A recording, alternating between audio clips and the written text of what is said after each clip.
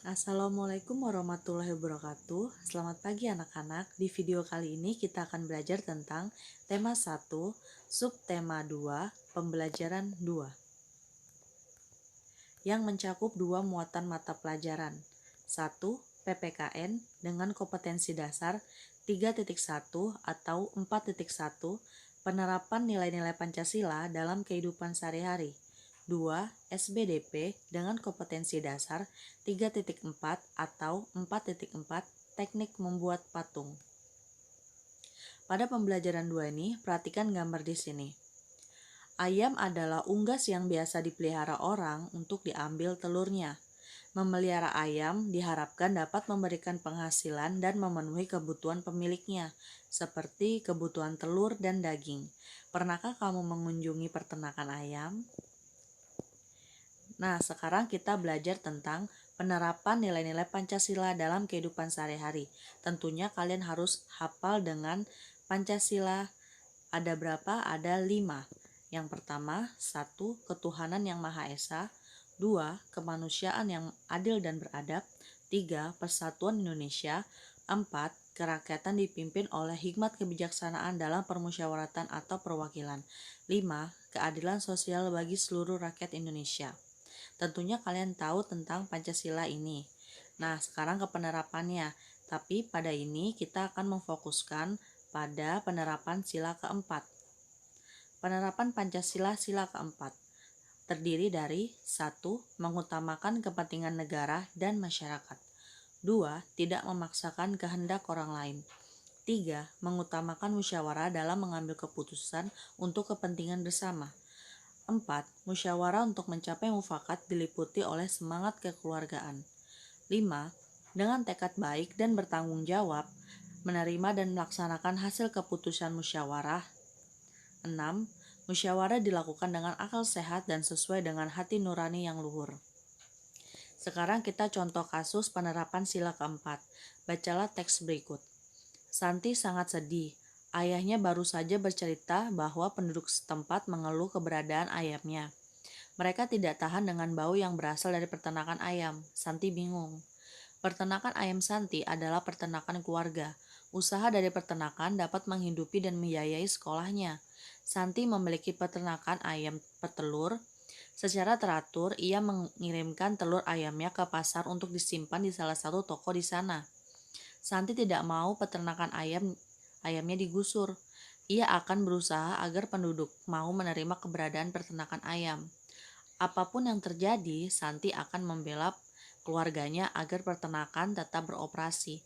Nah, dari contoh kasus ini, apa seharusnya dalam menerapkan Pancasila sila keempat, yaitu adalah dengan bermusyawarah, jadi tidak boleh mengambil keputusan sendiri. Sekarang kita lanjutkan ke tugas 1. Jadi yang kalian kerjakan adalah ini tugas 1, bisa kalian lihat di buku tema halaman 75 sampai 76, kerjakan nomor 1 sampai nomor 4. Sekarang kita contoh pengamalan sila keempat. Antara lain 1. Pemilihan umum atau pemilu. 2. Pemilihan kepala desa. 3. Musyawarah RT. Nah, sekarang kita ke sikap. Contoh sikap yang sesuai dengan sila keempat Pancasila antara lain 1. Tidak memaksakan kehendak. 2. Bermusyawarah. 3. Mengutamakan kepentingan orang banyak. 4. Menjalankan keputusan yang telah disepakati bersama. Nah, tugas kedua kalian adalah di halaman 77 pada buku tema. Jadi, sebutkan 3 contoh perilaku atau sikap yang lain dalam kehidupan sehari-hari yang sesuai dengan nilai-nilai Pancasila pada sila keempat. Jadi, selain contoh yang sebelumnya Ibu kasih tunjuk tadi ya. Nah, sekarang kita ke teknik membuat patung. Teknik membuat patung itu ada 4. 1. Teknik membutsir adalah teknik membuat patung dengan cara memijit, menambah, atau mengurangi bahan yang dibentuk. Alatnya butsir atau pisau sudip. Bahan tanah liat atau plastisin. Di situ ada contoh gambarnya. 2. Teknik memahat. adalah teknik mengurangi bahan dengan cara dipahat pada bahan yang digunakan. Alat, pahat, dan palu. Bahan, kayu, dan batu. Di situ ada contoh tentang teknik memahat. 3. Teknik mencetak. Dibedakan menjadi 2, yaitu teknik cetak tekan dan cetak tuang.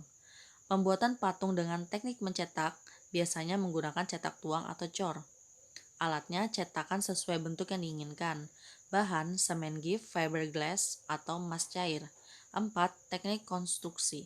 Digunakan dengan cara menyusun atau membangun bahan. Cara menyusunnya dapat dilakukan dengan membuat kerangka terlebih dahulu lalu direkatkan dengan lem.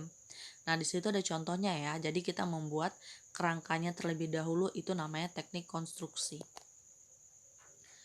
Nah, di sini ada 2 gambar, yaitu contoh membuat patung ayam dari plastisin. Pada pertemuan sebelumnya, kalian sudah pernah membuat adonan dari plastisin.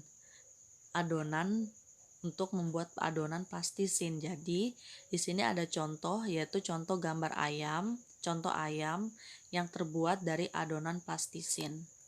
Oke, anak-anak, itu aja yang Ibu bahas. Jadi, kerjakan tugas 1 dan 2 ya. Oke, Ibu akhirin. Wassalamualaikum warahmatullahi wabarakatuh.